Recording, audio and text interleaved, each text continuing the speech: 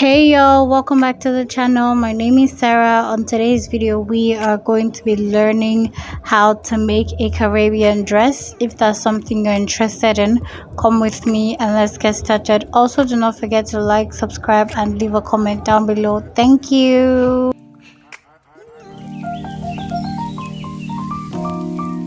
Yes, y'all. So this is the fabric that I'm going to be working with, and right here I have 4 yards of fabric.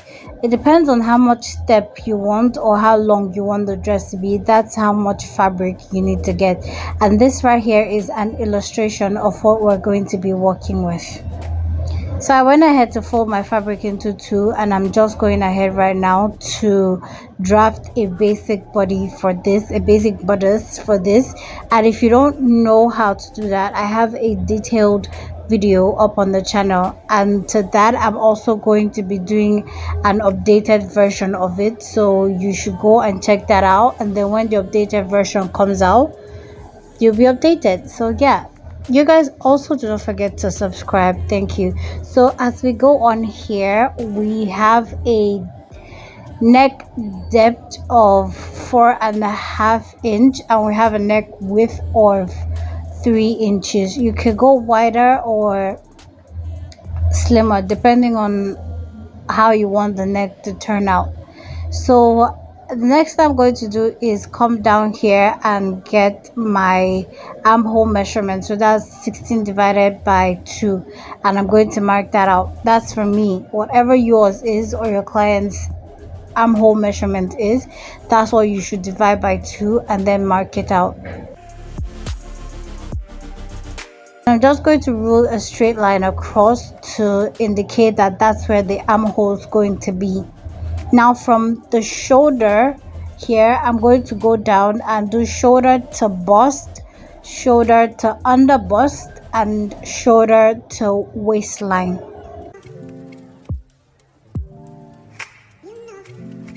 After you get that, you could just go ahead and rule, but I like repeating the marks on the other side as well, so when I'm ruling my lines they can be straight and easy.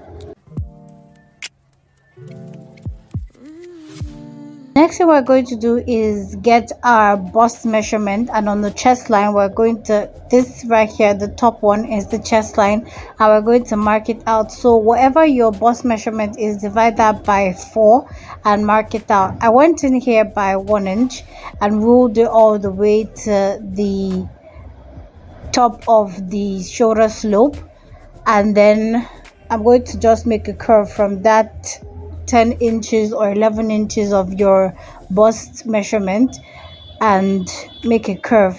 Here I'm actually adding a 1.5 inch sewing allowance, and I added 1/2 inch as well for like ease. Here I'm doing my waist measurement divided by 4, and then I'm going to also add 1.5 inch and 1/2 inch for ease. Speaking of the shoulder slope, I actually went down by 3/4 inch, but you can do 1 inch. It depends on what you want really.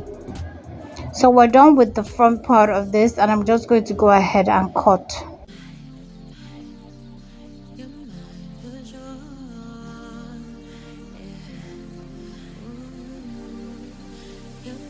After we're done doing that, I'm just going to go ahead and repeat the same thing for the back piece, but the only differences are the zipper area and the shoulder area. You'll understand what I'm saying in a bit. So here I'm going out by 1.5 inch for the zipper area, and you notice that the front piece is like 3/4 inch away from the top of this. I went ahead to extend the lines so I could do something. So here I went in by 1/2 inch from the waistline part. I went in by 1/2 inch at the back, you guys, not at the front part, and I'm going to go ahead and cut that out later. Here I'm just going to fold this to match the top of the front piece, but before we do that I'm going to go ahead and pin this down so it doesn't move too much. After doing that, I'm just going to go ahead now and fold.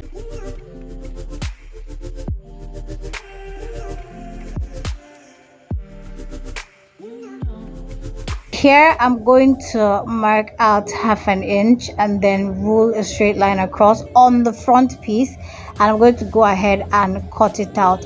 The reason I'm doing this is because I want the back of the shoulder to come to the front. I don't want it to like sit on the shoulder blade itself. I want it to come all the way to the front. That's why I removed. You could decide not to do that, it's fine, but I actually did that, and I wanted to explain to you guys why I did that. I wanted you also to see it, so that's why I did that. After doing that, I'm going to go ahead and fold all the fold that I've been shouting since. That's what I'm doing right now. And then with the neck depth that we already have, which is 3 inches, I'm just going to use that to achieve the neck depth of the back as well. But the length at which we want the back of the neck to be, that's going to be up to you. So here I went down from the folded part by 1.5 inch, and I'm just going to make a curve to meet the point that I just marked out and cut. So for the back neck, you have a depth of 1.5 inch and a width of 3 inches, and I'm just going to go ahead and cut this.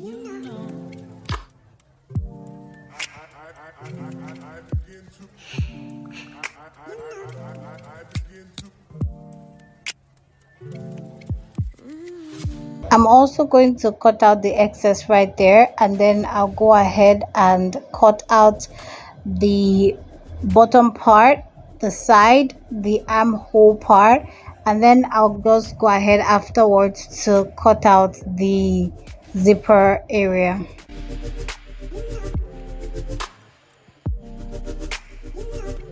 Now we're done doing that. I'm just going to go ahead and remove the pins from the top. And at the top here for the back, I'm just going to go down by 1/2 inch. I'm going to use my curved rule to just make a line across and then cut it. As you can see that the back neckline or the shoulder line wasn't as curved as it was supposed to be. That's why we needed to do that. So for the illustration that we saw earlier, this is what the gown is going to look like this is what it's going to look like as a drawing. So here we have 17, 9, 10 and 11, and when you put all those numbers together, that will give us 47. So for us to get the wideness of the layers, we're going to do, for the first part, we're going to do our waist measurement times 1.5, and whatever that answer is, that's what the wideness is going to be for the first layer. And for the second layer, we have our first answer, which was 54. So we're going to do 54 times 1.5, and it's going to give us 81. And then for the third layer, we're going to do our 81 times 1.5. Do you get what I'm saying? Like, depending on how many layers you want, you just continue multiplying it by 1.5. And for this, I'm going to be doing a turn up sleeve, like you can see in the drawing, and I'm also going to be adding a bias tape around the neck area. That's pretty much the dress. Here I'm going to go ahead and mark out our first layer. So I did 9, then you add maybe 1/2 inch or 1 inch, depending on what you want. Me, I added 1/2 inch so that I can have a space to attach the other piece to it. And here I'm just marking out my wideness. The reason why I marked out 28 at first is so I know where my tape ended up, right? But for the wideness, remember, we have 54. Thank you. So we're going to mark out 54, and I'm just going to go ahead and see if this is still correct, right? And I'm just going to go ahead and add it to the lines that I already made. You remember that we have a zipper allowance, right? So I'm going to go ahead and add 1.5 inch actually for the zipper allowance, and I added the 1/2 inch that we added on the cloth. I had to, so everything can sit still and perfect.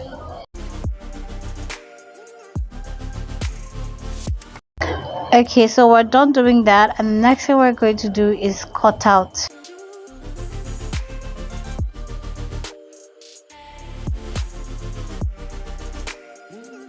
So for this right here, I went ahead to fold it because spreading it out that way was very stressful. So I went ahead, did the wideness first, folded it, and then I'm doing what the length is supposed to be. I think this way is easier. This way is easier than having the whole thing just spread out on the table. I went ahead, measured out the wideness of what it was supposed to be, cut it out, and then folded it to my satisfaction. And here I just did the length and I'm cutting it. So I'm going to add now gather stitches to this. If you don't want to add a gather stitch to yours, you can go ahead and pleat it. It depends on what you prefer. I already added my gather stitches and I'm just pulling. Now if you are pulling, I want you to be as patient as trying to teach a dog to cook, which is kind of impossible, but yeah, that's what I'm gonna go with. Or teaching a baby ABCD. Anything you feel is really hard, try to do that. Have the patience, because this can break multiple times and you might get frustrated and want to give up, but I'm telling you now, just be patient, pull it one step at a time and you'll be fine, because you'll still have to spread this after everything. So here we have the both parts of both the front and the back, and I'm just going to put it together right here, shoulder to shoulder. You might feel like this fabric I'm using right here doesn't have a front or back, but it does. The front is lively and the back is dull, so you might want to use your chalk to mark out where the back part of your clothes is, just in case it looks somewhat like mine. But I could see the front and back, so I was okay with it. So after I went ahead to put this together, I'm going to go ahead and close the sides as well. I've done that, and oh, there's something I forgot to tell you guys. When I finished cutting out the layers, I went ahead to notch both top and bottom to get where the middle was. So when I was done like gathering it, it will be easier for me to know where to place it. So you should do that as well before you go ahead to gather. Just notch both bottom and top so you know where to place. I also went ahead to actually notch the top itself so I know where the center is. After I do that, I'm going to adjust it to fit both the top part all the way to the back, and I'm going to close by 1/2 inch, and I'm going to continue to add the layers until I'm satisfied.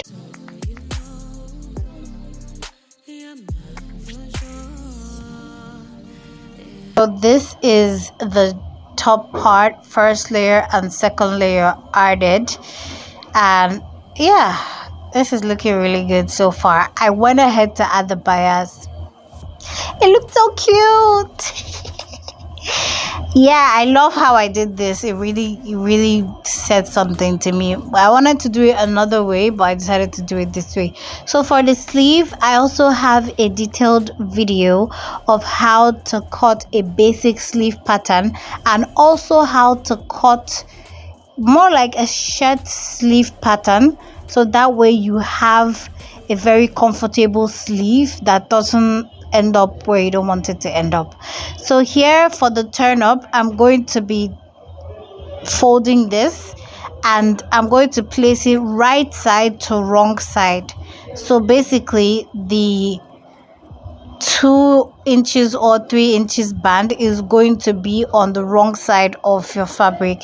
You're going to go ahead and sew down by 1/2 inch, turn it over, and you're also going to go ahead and top stitch on this like so, and then turn it over again and top stitch the final stitch, and it's going to look beautiful, trust me. So this is what I meant when I said what I said. Look at the back, it's looking like nothing was done on it. Here I'm going to be adding the final layer. I just wanted to show you guys.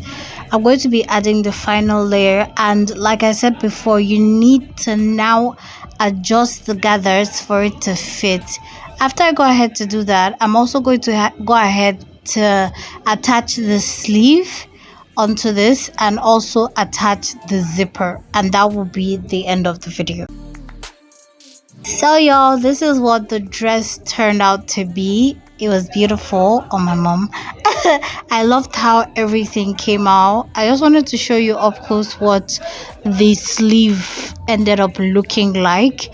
See what I was trying to tell you, like the back looks like nothing was done on it, and this is what we call a turn up sleeve. This is the neck area. This is what I meant when I said I wanted to go with a different thing, but I changed my mind and I did this instead. And yeah, y'all, this is the end of the video. I hope you try this out for yourself, and I hope yours turns out as beautiful as mine did. With that being said, y'all, please don't forget to like, subscribe, and leave a comment down below. Don't forget to turn on your notification bell so you'll be notified when I post a new video. Don't forget to love yourself, because I love you. Have a beautiful day or night, whichever it is you live for. Bye, bye, honeys, bye.